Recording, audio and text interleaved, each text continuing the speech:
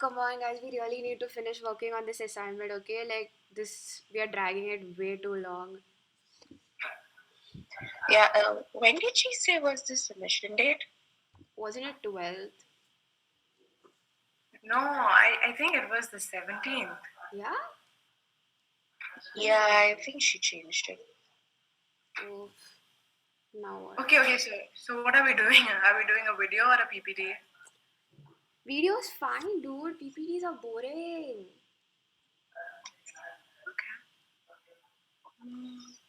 Also, where's Siley? Why hasn't she joined yet? Yeah, she's supposed to be coming, right? Where is she? Let's just wait for her. Yeah. Yeah, I just texted her. She didn't reply us yet. Okay, let's just wait.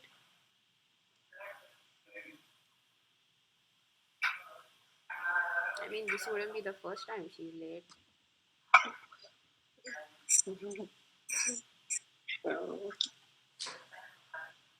Ooh, there she is. There she is. Hey guys, sorry for the delay. Something big is happening here at home. Something big? What do you mean by something big? Is everything okay? It's just that my cousin announced that she's gonna leave with her boyfriend, and then followed by heated conversations for the past 2 hours. It's like really tense. I literally had to sneak out my Wait. Your cousin is going to live with her boyfriend? Like a live-in relationship? Really? Yes, something like that. I don't exactly know. Wait, you don't know what a live-in relationship is? No, I know what a live-in relationship is, but I don't understand why the fuzz all about. What's the fuzz all about? Well, personally, I think a live-in relationship is a good idea. It will help us to build a stronger bond. I know, right? I mean, like, guys, come on, you live only once. Gotta enjoy your youth. But yeah, I guess. But then there are so many things that could go wrong in a live-in relationship. I mean, I just feel like they're so tacky and tasteless. I mean, that integrity and beauty that's there in a marriage, that's just not there. That true. The safety side of divorce that results from a weak bond between the spouses. And I guess human relationship is a good way to understand your compatibility with your future partner. Like you just working between the two, you really won't understand on the marriage, right? Don't you think?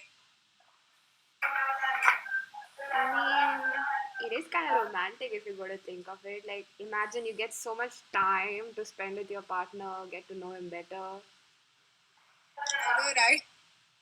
Romantic. What can be more romantic than an actual marriage? I mean, just think what if some accidents occur? What will the society even think? Accidents. By accidents. Accidents like, you know.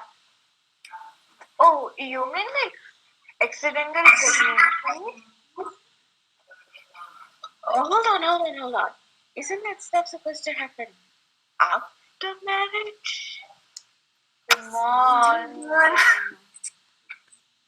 What? Oh, guys, we're supposed to be doing something else. Let's just God. not get sidetracked. God. Let's just get back to our Not assignment. again. Not again. Let's just get Get back back to to it. it. Yeah. Let's do this. And that, everybody, is most probably how people would respond to a live-in relationship in India. However, what does the law have to say about it?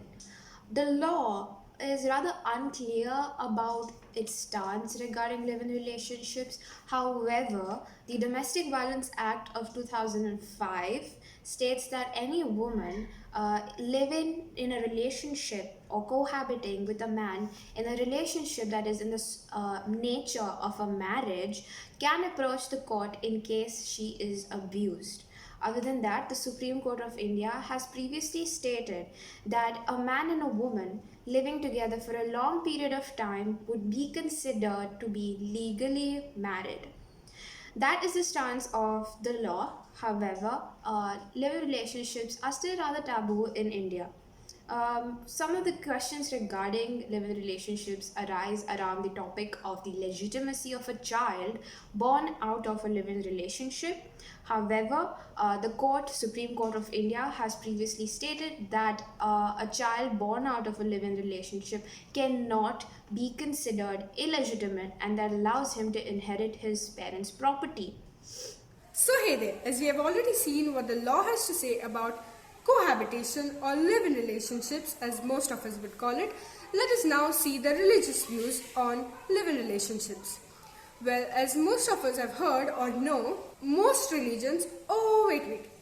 all religions disapprove live-in relationships because religion follows ethics, and according to religion, living together before marriage is morally incorrect. Well, let us take into consideration few major religions in India. For example, Hinduism. Hinduism doesn't really have a say in live-in relationship, but it does say that live-in relationships, that is living together before marriage, is socially unacceptable. While the Catholic Church says that living together before marriage destroys the sanctity of the sacrament of marriage. Priests in the Catholic Church disapprove marriages of couples who have been cohabiting earlier or before marriage. Moving on, in Buddhist scriptures there is no mention of this situation. Cohabitation, that is live-in relationship, is mostly considered in Buddhism, and most Buddhists are seen cohabiting. As I said, in Hinduism, it is seen that it is socially unacceptable, but in the West, Hindus in the West do practice cohabitation, because in the Western culture, live-in relationships are more acceptable than we see in India. It is also seen that people who are religious go less into live-in relationships than people who are non-religious. Non-religious people are mostly seen in going into live-in relationships. Same-sex marriages are not legally recognized in India, nor are same-sex couples given limited rights such as a civil union or a domestic partnership. So they tend to get into live-in relationships for whom this is the only union that is recognized by the law to some degree. In June 2020, the Uttarakhand High Court ruled that live-in relationships between same-sex couples is not considered as unlawful. This judgment was announced by Honorable Sharad Kumar Sharma, who noted that even if the parties who are living together, though belonging to the same gender, are not competent to enter the wedlock, but they have got the right to live together even outside the wedlock. The court said that individuals have the right to choose his or her own partner, and the law is meant to safeguard consensual live-in relationships. The Orissa High Court ruled in August 2020 that same-sex live-in relationships are recognized under the constitutional right to life and equality. The court held that women in same-sex live-in relationships to be protected under the 2005 domestic violence law, similar to different sex cohabiting couples. Love is a beautiful emotion that brings people together irrespective of their caste, class, color, or religion. In order to be enhanced, love needs to be explored and couples need to spend time with each other. We see this done either through live-in relationships or through marriages. Live-in relationships are the recent trend wherein youth live together with their partners outside the confines or pressures of a marriage. However, marriage is still the most legal and socially accepted form of a relationship.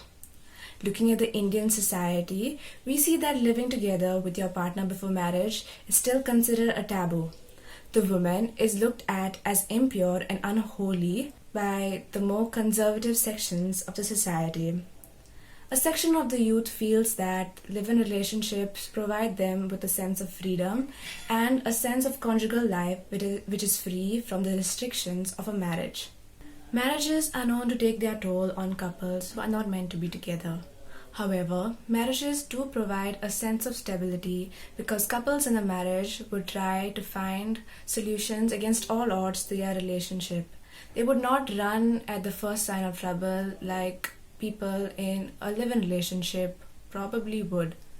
Some marriages would survive, but what about those that wouldn't? They might have to go in for a divorce, and a divorce is a time consuming process. In contrast, if they were in a live in relationship, perhaps they could have seen that things were not working out and they could have walked away from this relationship. We come back to the statement that love needs to be explored. The question is marriage the only form of exploration?